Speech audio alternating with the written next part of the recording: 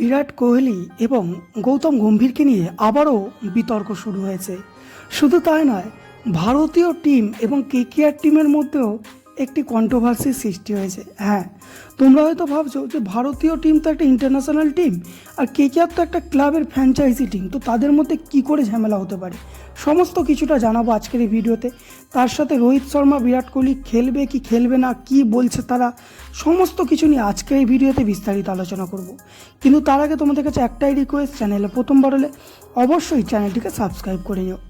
দেখো, কেকেআর টিমের মেন্টর গৌতম গম্ভীর এখন ভারতীয় টিমের বর্তমান কোচ হয়ে গেছে এবং সে কেকেআর টিম থেকেও লিভ নিয়ে নিয়েছে, অর্থাৎ কেকেআর টিম ছেড়ে দিয়েছে। কিন্তু তার প্রতি এখন অ্যালিগেশন টানা হচ্ছে, অর্থাৎ তার প্রতি অভিযোগ নেওয়া হচ্ছে যে সে কেকেআর টিমকে ফেভার করছে, কারণ কেকেআর টিমের থেকে দুজনকে নিয়েছে।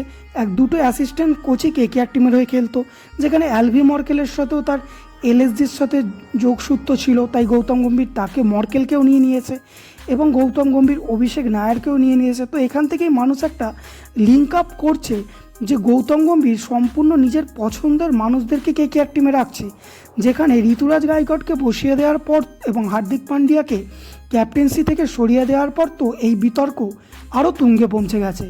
কারণ হার্দিক পান্ডিয়া এবং ঋতুরাজ গাইকোয়াড় দুজনেই মহেন্দ্র সিং ধোনির খুবই কাছের লোক এবং কোট আনকোট মহেন্দ্র সিং ধোনিকে হয়তো গৌতম গম্ভীর পছন্দ করে না বলে এরকমই রিউমার্স ছড়ানো হয় সোশ্যাল মিডিয়াতে। এবার এটা সত্যি কি মিথ্যে সেটা তোমরা খুব ভালো করেই জানো, অবশ্যই কমেন্টে জানাবে।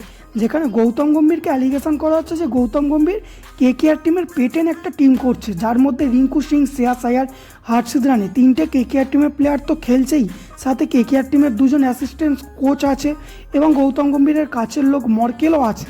তো গৌতম গম্ভীর নিজের একটা পছন্দের টিম করছে, সেখানেই বিতর্ক শুরু হয়েছে বিরাটকে নিয়ে।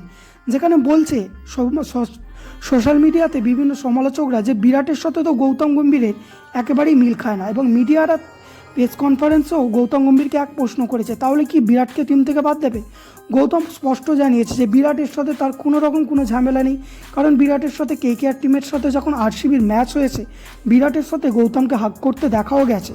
তো পার্সোনালি বিরাটের সাথে গৌতমের কোনো রকম কোনো ঝামেলা নেই, এবং এটা যেহেতু ভারতীয় টিমের কথা, সেখানে ঝামেলা রাখার কোনো প্রশ্নই ওঠে না, কারণ আরসিবির সাথে কেকেআরের ঝামেলা হতে পারে, কিন্তু বিরাট আর গৌতম গম্ভীর দুজনেই ভারতীয় টিমের অংশ, তো তাদের মধ্যে কোনো রকম কোনো ঝামেলা নেই বলে জানিয়ে দিয়েছে স্পষ্ট গৌতম গম্ভীর। যেখানে রোহিত শর্মাকে নিয়ে প্রশ্ন করা হয় গৌতম গম্ভীরকে, সেখানে রোহিত শর্মার কথাও গৌতম গম্ভীর জানায় যে রোহিত শর্মার এখন অনেক বয়স আছে, সে চাইলেই সে চ্যাম্পিয়ন্স ট্রফি, টি-20 বিশ্বকাপ এবং ওয়ানডে বিশ্বকাপও খেলতে পারে। আর রোহিত শর্মা যদি ওয়ানডে বিশ্বকাপে একবার ভারতীয় টিমকে চ্যাম্পিয়ন করতে পারে অ্যাজ এ ক্যাপ্টেন, তো রোহিত শর্মার মতো সফল ক্যাপ্টেন আর ভারতীয় টিমে কেউ হবে না, কারণ রোহিত শর্মার মহেন্দ্র সিং ধোনির মতোই একজন সফল ক্যাপ্টেন হয়ে যেত যদি 2023-এর বিশ্বকাপ ভারতীয় টিমকে জিতিয়ে দিতে পারত। অর্থাৎ এই ধরনের সমালোচনায় কান দেবে না।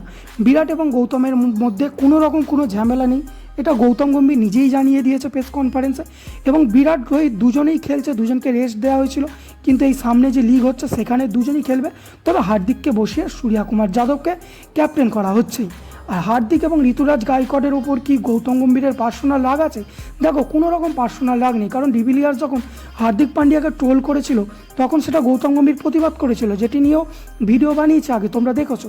তো হার্দিক পান্ডিয়ার ওপরও গৌতম গম্ভীরের কোনো রকম পার্সোনাল রাগ নেই। গৌতম গম্ভীর মানুষটা একজন অরিজিনাল স্পোর্টস পারসন, তার মধ্যে কোনো রকম ব্যক্তিগত কোনো মানুষের ওপর সত্যতা গৌতম গম্ভীর করে না।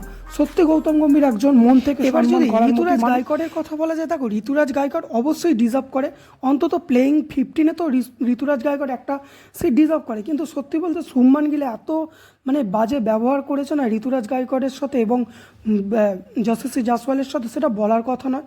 তো যাই হোক, গৌতম গম্ভীরের ওপর এরকম অ্যালিগেশন যে সমস্ত মানুষরা আনছে বা প্রেস কনফারেন্সে তাকে এই ধরনের বোকা বোকা প্রশ্ন কেন করা হচ্ছে সেটা জানি না, তবে Gautam Gambhir as a human being এবং অ্যাজ এ স্পোর্টস পার্সোনালিটি যথেষ্ট ভালো মানুষ, তাই গৌতমের জন্য অবশ্যই একটা লাইক করে লাভ ইউ গৌতম কমেন্টে লিখতে ভুলো না। তো এই ছিল আজকের সম্পূর্ণ ভিডিও।